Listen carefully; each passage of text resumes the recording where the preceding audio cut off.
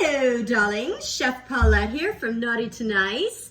So let me tell you what I have made today. I have some kimchi. Don't know if you've ever had any kimchi before, but it is this amazing Korean fermented food. And speaking of fermented food, so I have been doing a little series on fermented food, and I just have to tell you, I'm so excited about what it's going to do for my gut.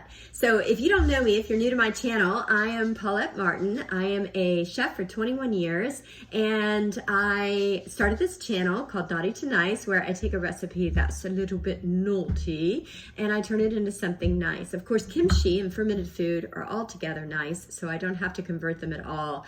But I thought that you might enjoy this series right now because if you're trying to lose weight, or you're dealing with an autoimmune condition or some other kind of ailment, eating fermented food can actually change your gut microbiome, which, by the way, I do have an entire video about the gut and the microbiome and how it can affect your health. So anyways, I'm going to show you in this video how to make a really good recipe, some amazing Korean kimchi. So I hope you enjoy this video, and if you do, I hope you'll like, share, and subscribe, as I'm going to be putting out some more fermented foods. And I also do all kinds of ketogenic, vegan recipes, and I am a pastry chef, so every now and then I'll throw in a naughty video just to show people how to.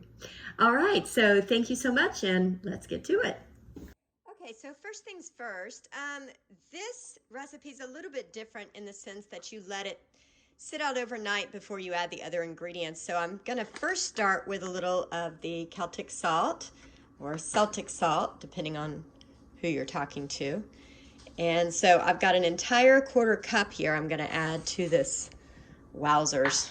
And then I'm going to start with 4 cups of filtered water. Or whatever kind of water. We'll see how far that goes. But you want to completely and entirely immerse those guys. So give me just a moment. I'm going to get a little bit more and see how much I need. All right, let me give it a little toss. Just a little toss. I want to make sure that it's completely submerged when it spends the night with the salt. So, all right, it looks like 8 cups does it. Okay. So I'm going to make sure that it's completely tossed and then that salt is getting in there so it will dissolve. I hear it going slursh, slursh again. Let's see here where we can get. Now what I'm going to do is I'm going to place a piece of plastic wrap there, and then I'm going to push a plate to push it down to keep it completely and entirely dissolved, immersed overnight. All right, and this is what I mean. I just put a little plastic wrap over there. Gonna squish it too a little bit. It's underwater, and there is the plate. I'm gonna push it down, and it's gonna stay here overnight, and then I'll finish it off in the morning. Easy peasy lemon squeezy. Okay, so as you can see, the mixture spent the night getting juicy. I used the plate to hold the cabbage down. Now, as you can see, it's like way more liquidy than it was last night. So I'm going to go ahead and I'm going to strain this in a colander and save the water because I need that for my ferment.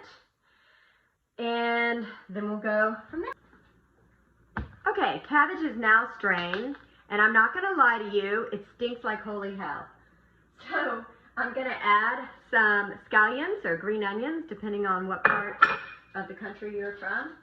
And I've also got, usually use daikon radish, but I love watermelon radish, so that's what I got here. So I'm going to throw it in there too. Yummo, yummo. And I'm just going to give this a little stir. Okay. It's going to be so delicious. I'm getting very excited. Okay. So now I have reserved the liquid. Now I've got that part done. Now I'm going to make the paste. All right, so you take yourself one of these very cool little choppers. This is like what these choppers were made for.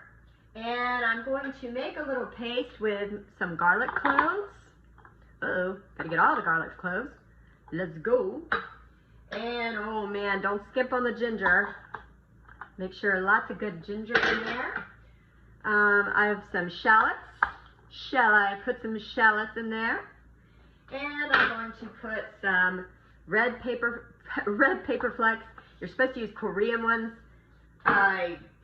Whatever.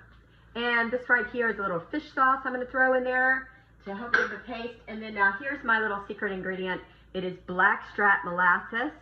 And you will hear me talk about the benefits of blackstrap molasses. Now listen, if you're thinking to yourself, wow, holy mackerel, that's sugar, I'm going to go crazy, I'm on a keto diet. I'm also on a keto diet, but if you will check out some of my other videos where I talk about blackstrap molasses, you'll know that it is actually, it'll be less than 1 carb by the time you eat a serving.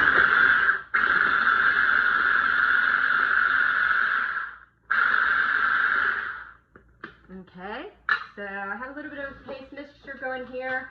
Not real thrilled about how pasty it is, so I'm going to give it a little chicka, chicka, chicka, chicka, chicka, chicka. All right, there you go. Woo.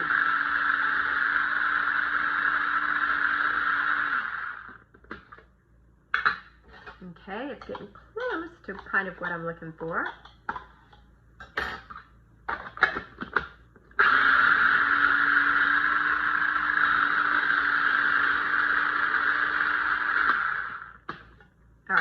I'm happy with that. That's all I'm going to do. I'm going to stop right there.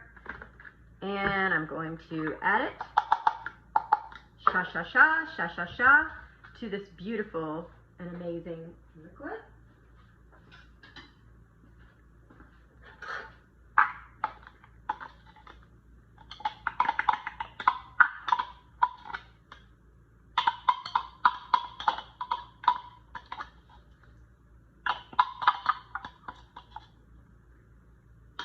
Sometimes in life, the best things are stinky. The best foods in life are the stinkiest things. All right, let's give it a toss about. Now this is where it really starts looking sexy. Yum. Ooh, I love it, I love it, I love it. I'll get this out of my way before I totally cut my finger off. Although that would make for some views.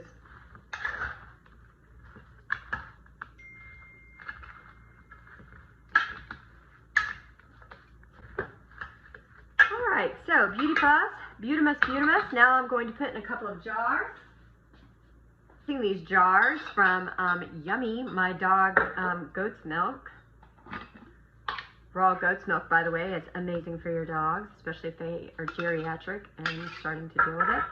So basically I'm going to take this delicious kimchi and stick it into the jar. I'm going to shove it like as best as you can.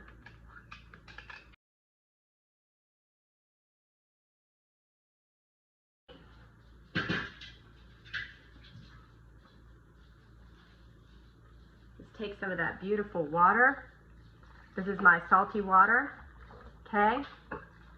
And as you guys know from my other ferments, the main thing is you really want to, it to completely cover and be immersed in the salty water. All right, I've made quite the mess, and you know what? I'm gonna forgive myself because it's Tuesday. But let me do a little cleaning up of the jars a little bit.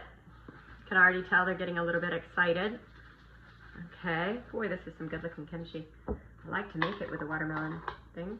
So I'm just gonna shut the lid. You don't have to do it too tight. In fact, you can give it a little loosen up, you know, each day. A little water in there, okay. Oh, it's just like wiping its mouth. It's better than wiping its you-know-what. All right, very nice, very nice. Okay, those are gorgeous kimchis. Check that out. Okay, so here's what I've got left. This right here is an amazing kimchi, as you can see, with the watermelon, radishes. It's nice and beautiful, and you see those spicy Korean red pepper flakes in there. Ooh, this is gonna be so delicious, so good for your gut. Thank you so much for watching, guys.